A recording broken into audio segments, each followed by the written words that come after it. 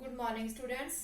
कल हमने वीडियो में पार्ट 2 लाख की चूड़ियों का सार पढ़ा, जिसके लेखक हैं कांता नाची।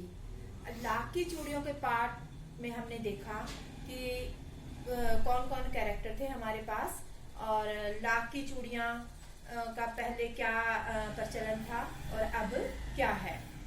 अब आज हम करेंगे अभ्यास प्रश्नोत्तर, लेकिन ये अभ्यास प्रश्नोत्तर मैंने यहाँ पर नहीं करवाए। मैंने पीडीएफ फाइल में बना करके भेजे हैं, जिन्हें आपने क्या करना है, सुंदर सुंदर अपनी उत्तर पुस्तिका में लिखना है। इंट्रो, इंडेक्स, दिनांक बना करके फिर सुंदर सुंदर हैंडराइटिंग में आपने ये काम करना है बेटा।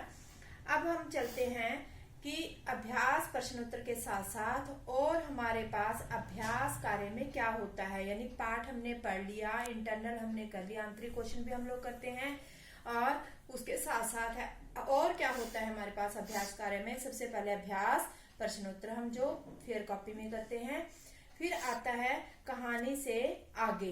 एक ऐसा पॉइंट भी आपके पास बना हुआ है आपके अभ्यास कार्य में, कहानी से आगे, यानी कि पाठ से मिलते जुलते विषय से संबंधित कुछ प्रश्न आपसे पूछे जाते हैं कि जो पाठ आपने पढ़ा है उसी पर बेस्ड कुछ क्वेश्चन होते हैं, जिन्हें हमें अपनी थिंकिंग स्किल के द्वारा देना होता है, यानी सोच समझकर उनका आंसर देना होता है। जैसे क्वेश्चन आपकी ही मैंने लिया है, आपका ही लिया है। लाख की वस्तुओं का निर्माण भारत के किन किन राज्यों में होता है। लाख की वस्तुओं का निर्माण भारत के किन किन राज्यों में होता है। लाख से चूड़ियों के अतिरिक्त क्या क्या चीजें बनती है। जबकि ये क्वेश्चन हमें अपने पाठ में दिखाई नहीं देता, पर विषय वस्तु से जरूर जुड़ा हुआ है लाख, यानी कि इसका जो है हमने आंसर मैंने यहाँ पर दिया है बेटा। लाख की वस्तुओं का सर्वाधिक निर्माण राजस्थान में होता है। कहाँ पर? राजस्थान में होता है। इसके साथ साथ मध्य प्रदेश, आंध्र प्रदेश व गुजरात में भी लाख पाई जाती है। ये था हमारा क्वेश्चन कि लाख की वस्तुओं का निर्माण भारत के किन किन राज्यों में होता है। हमने क्या आंसर दिया यहाँ पर? राजस्थान, मध्य प्रदेश और आंध्र प्रदेश व गुजरात। लेकिन एक और क्वेश्चन है यहाँ पर, लाख से चूड़ियों के अतिरिक्त क्या क्या चीजें बनती हैं। लाख से चूड़ियां तो बनती ही हैं, और क्या क्या बनता है, ये क्वेश्चन भी हमने इसका आंसर यहाँ दिया है। चूड़ियों के अतिरिक्त कई प्रकार के आभूषण, खिलौने व सजाने का सामान बनाया जाता है। सामान पैक करने हेतु भी लाख का प्रयोग किया जाता है। आपने देखा होगा कि डाकघरों में भी जो पैकेट पेपर वगैरह बंद किए जाते हैं, सील किए जाते हैं, उनके ऊपर भी लाख का प्रयोग किया जाता है। महाभारत काल में तो लाख का घर ही बना दिया गया था। यहाँ पर हमने क्या देखा कि लाख से चूड़ियों के अतिरिक्त और क्या क्या चीजें बनती हैं। यानी कि ये ऐसे क्वेश्चन होते हैं जिन्हें हमें सोच समझकर अपनी विषय वस्तु से जोड़कर आंसर देना होता है।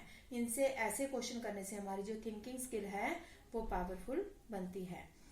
अब एक आगे क्वेश्चन जो हमारे पास आता है, अनुमान और कल्पना पर आधारित है। क्वेश्चन ऐसा ही है हमारे पास, अनुमान और कल्पना पर, यानी कि हमने इमेजिनेशन करनी है। जो क्वेश्चन हमें दिया था उसके आंसर के बारे में सोचकर आंसर देना होता है।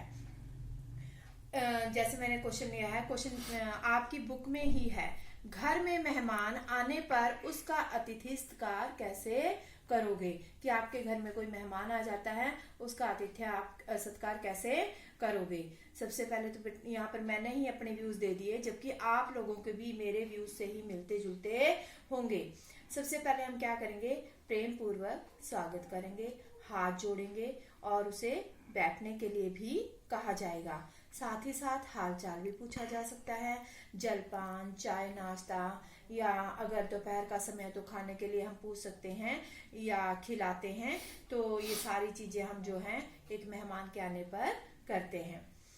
लास्ट पॉइंट आपका आ जाता है भाषा की बात। ये सारे के सारे पॉइंट जो मैं आपको बता रही हूँ ये आपके अभ्यास कार्य में ही इंक्लूडेड हैं।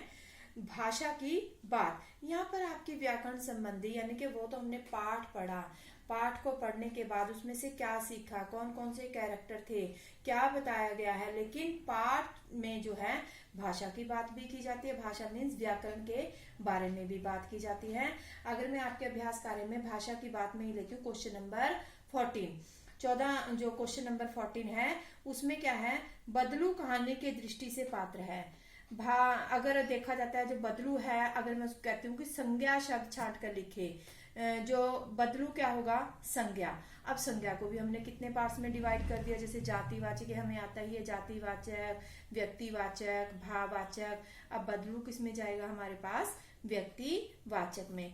ऐसे जो है अगर हम भाषा का ज्ञान को भी, भाषा की जो बात है उसके जो टॉपिक हैं या जो हमें क्वेश्चन दिए गए हैं उनको करेंगे तो इससे भी हमारे व्याकरण संबंधी ज्ञान में बढ़ोतरी होगी। प्यारे बच्चों, उम्मीद करती हूँ कि तुम्हें ये लेसन, इसके अभ्यास प्रश्नोत्तर और अभ्यास प्रश्नोत्तर को आपने याद करके, याद भी करना है, लिखना तो है ही है सुंदर सुंदर, और इसके साथ साथ आपने क्या करना है, उनको याद भी करना है। और याद करने के बाद HW कॉपी में 1 या 2 क्वेश्चन आप लिख भी सकते हो। तो ये सभी के सभी जो टॉपिक है इनको भी बड़े ध्यान से हमने करना होता है। धन्यवाद।